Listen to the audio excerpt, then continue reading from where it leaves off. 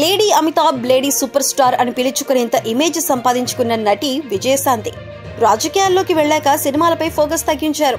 చాలా కాలం తర్వాత సర్లేరు నీకెవరు సినిమాలో తన ఇమేజ్ కి తగ్గ పాత్ర పోషించారు.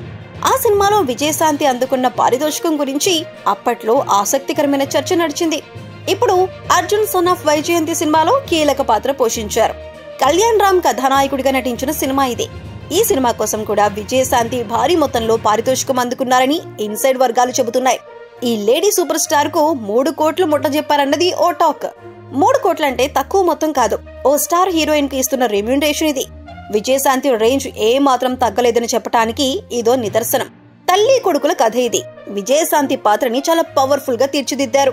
కర్తవ్యం సినిమాలోని వైజయంతికి ఒక కొడుకు ఉంటే ఎలా ఉంటుంది అనే ఆలోచన నుంచి ఈ కథ పుట్టింది.